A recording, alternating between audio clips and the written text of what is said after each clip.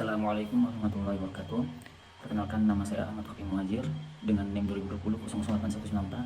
Di sini saya akan mempresentasikan hasil dari pembuatan skripsi saya yang berjudul Pengaruh Kepuasan Kerja, Stres Kerja, dan Komitmen Organisasi terhadap Turnover Intention pada Perusahaan Salsabila Property.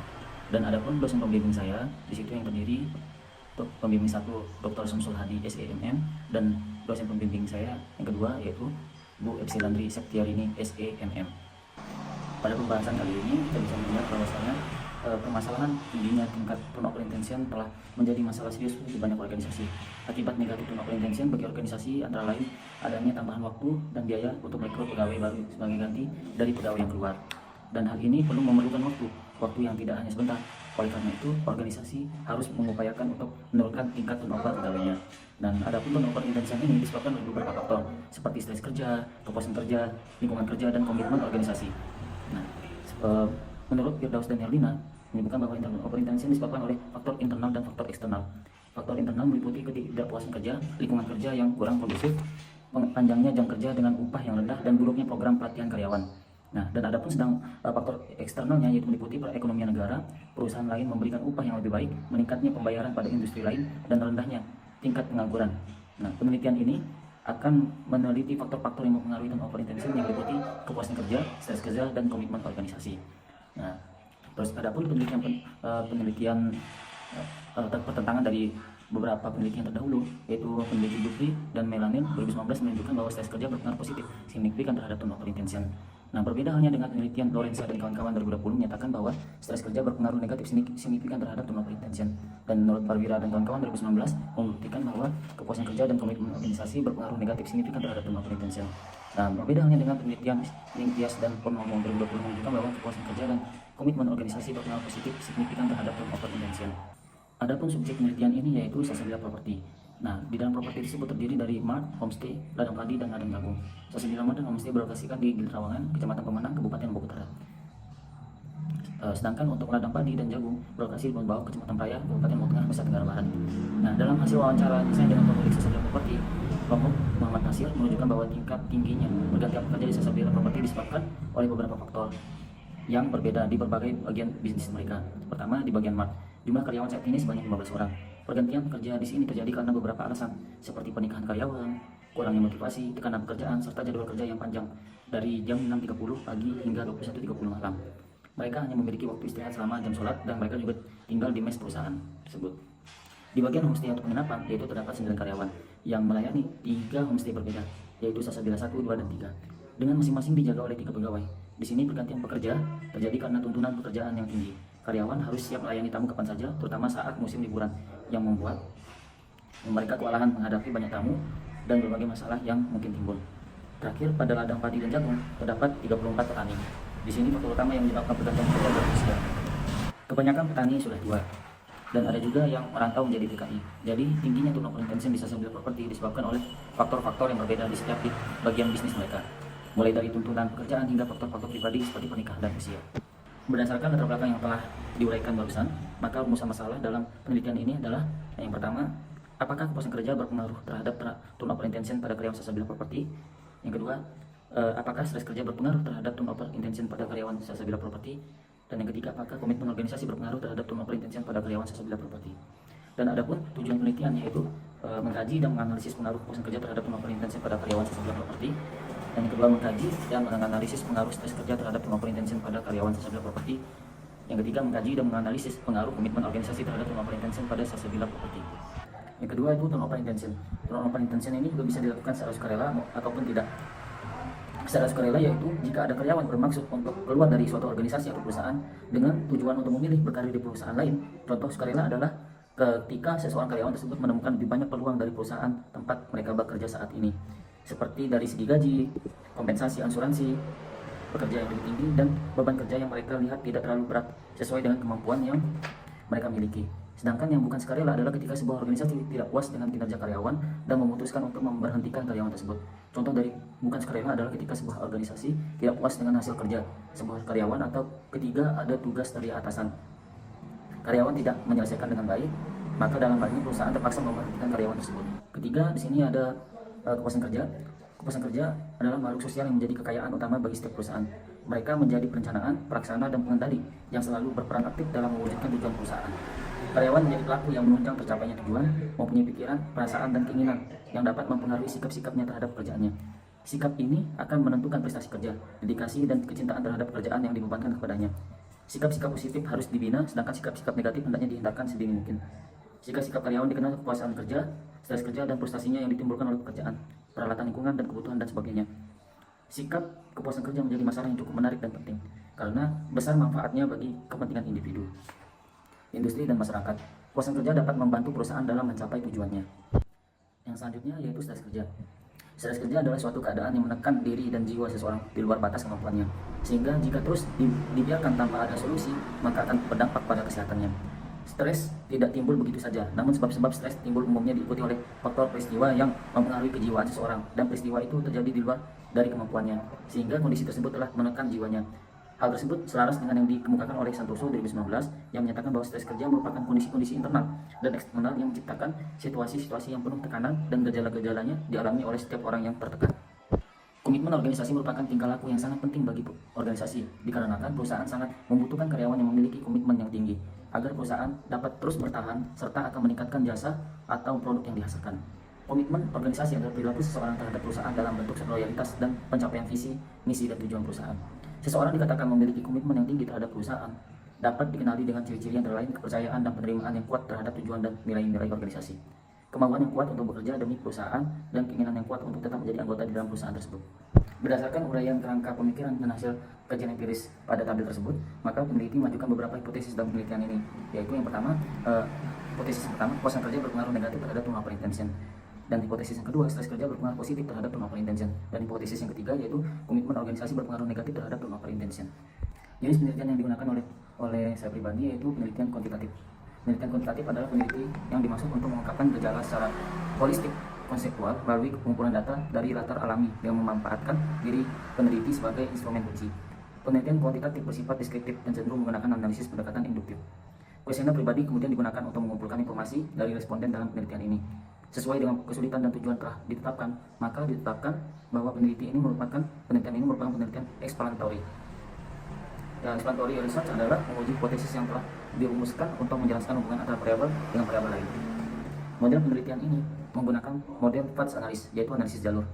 Menurut Yayu dan Sugiono 2019, FADS analysis adalah suatu uji untuk mengetahui pengaruh langsung maupun tidak langsung dari variabel-variabel yang dihipotesiskan. Dalam penelitian ini terdapat dua variabel, yaitu variabel independen, yaitu kepuasan kerja, stres kerja, dan komitmen organisasi, dan variabel dependen, yaitu turnover intention. Dalam penelitian ini, objek lokasi yang ditetapkan di tempat penelitian adalah Salsabila Property, yang berlokasi di dua tempat, yaitu di Trawangan, Kecamatan Pemenang, Kabupaten Lombok Utara, Nusa Tenggara Barat, yaitu bisnis properti yang terdiri dari mart dan homestay dan di Gunung Bau, Kecamatan Prayat, Kabupaten Lombok Tengah, Nusa Tenggara Barat, yaitu bisnis properti yang terdiri dari pengolahan lada padi dan ladang jagung. Untuk memperoleh data yang diperlukan, maka peneliti melaksanakan penelitian pada waktu yang telah ditentukan. Alasan memilih Salsabila Property karena berdasarkan hasil para riset dan wawancara, properti ini memiliki masalah yang diduga sesuai dengan variabel yang terdapat pada penelitian ini. Menurut Yayu dan Sugiono 2019, istilah populasi mengacu pada sesuatu komponen individu atau hal lain yang mendapat perhatian penelitian khusus waktu dan ruang pegawai Salsabila Property menjadi seluruh sampel dalam penelitian ini yang berjumlah 62 orang.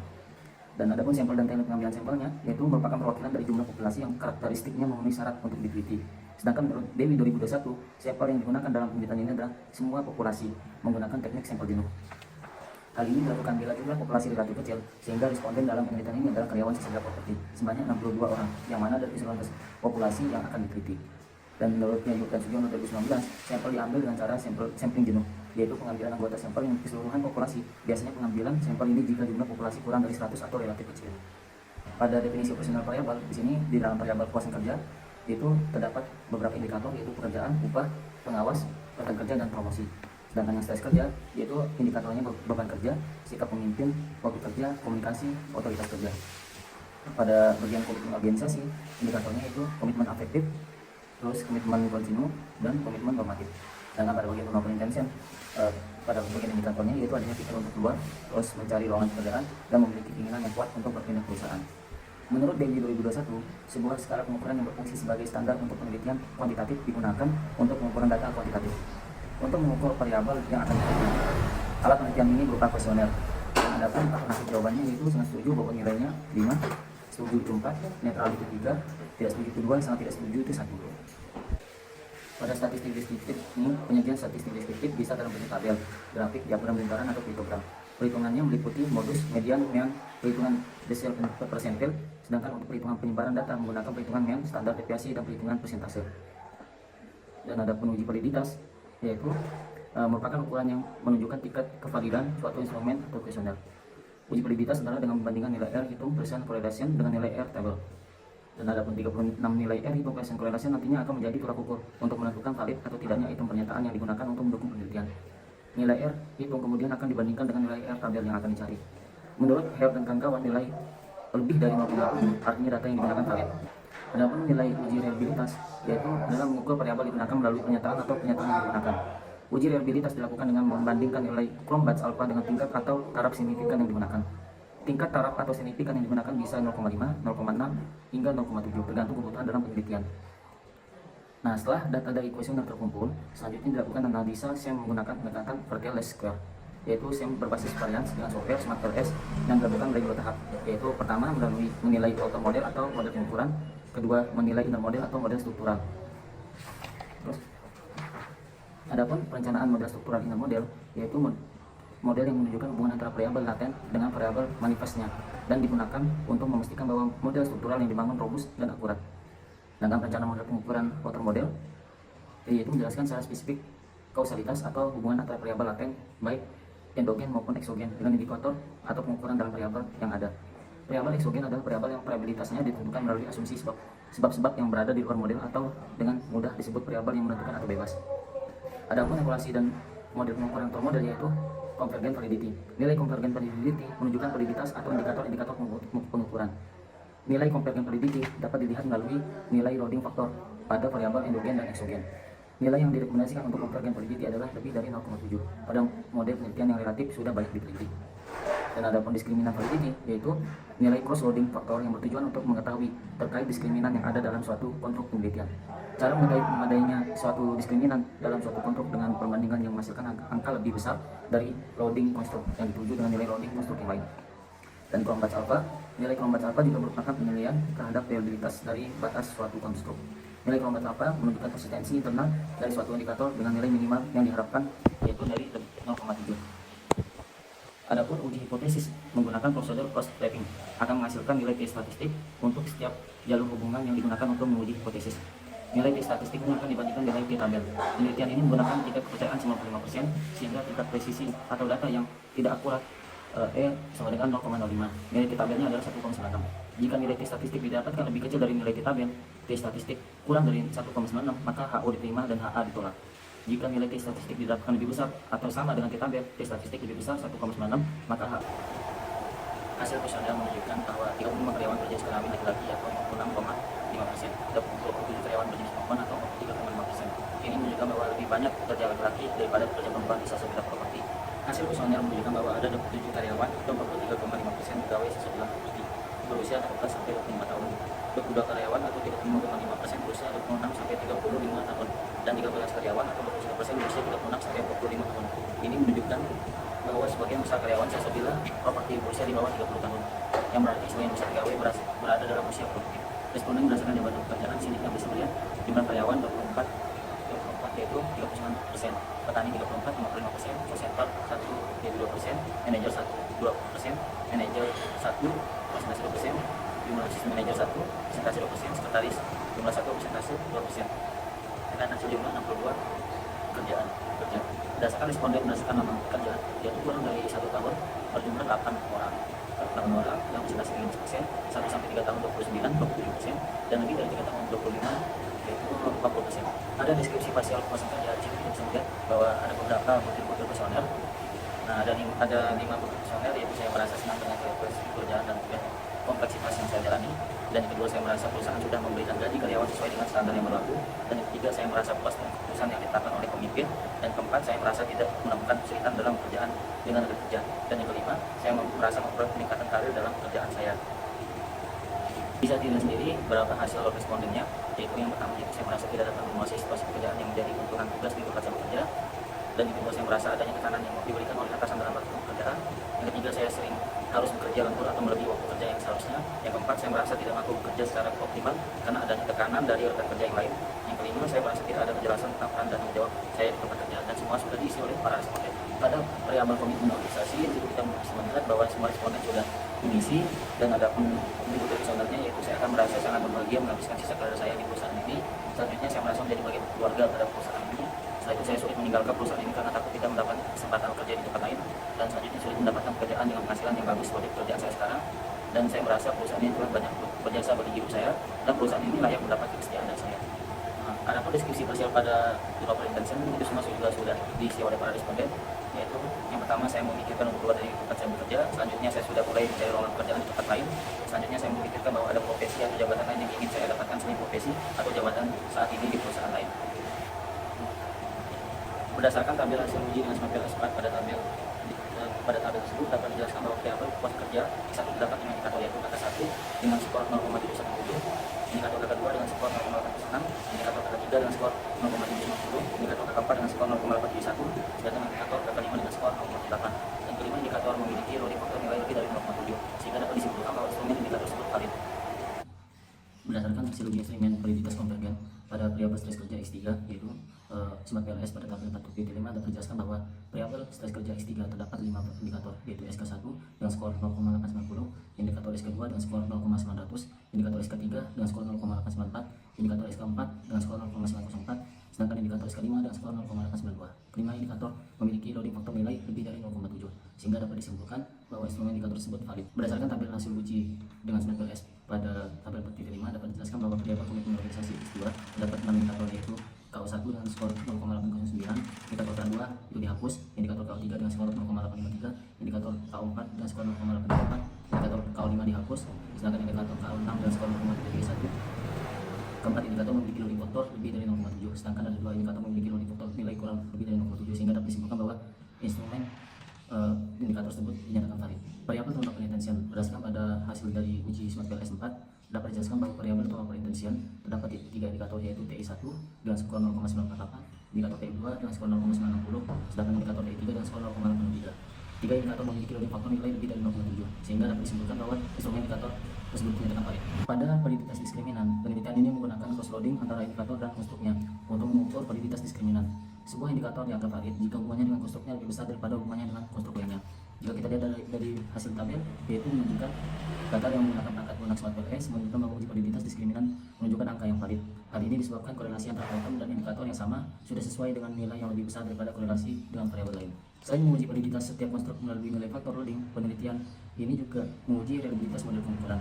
Uji reliabilitas menunjukkan keakuratan, ketelitian, dan konsistensi instrumen dalam mengukur struktur. Dalam PLSM dengan SMART PLS ada 2 cara untuk mengukur reliabilitas konstruk, composite reliability dan Cronbach's alpha. Namun penggunaan Cronbach's alpha cenderung memberikan nilai yang lebih rendah, sehingga disarankan untuk memilih metode composite reliability.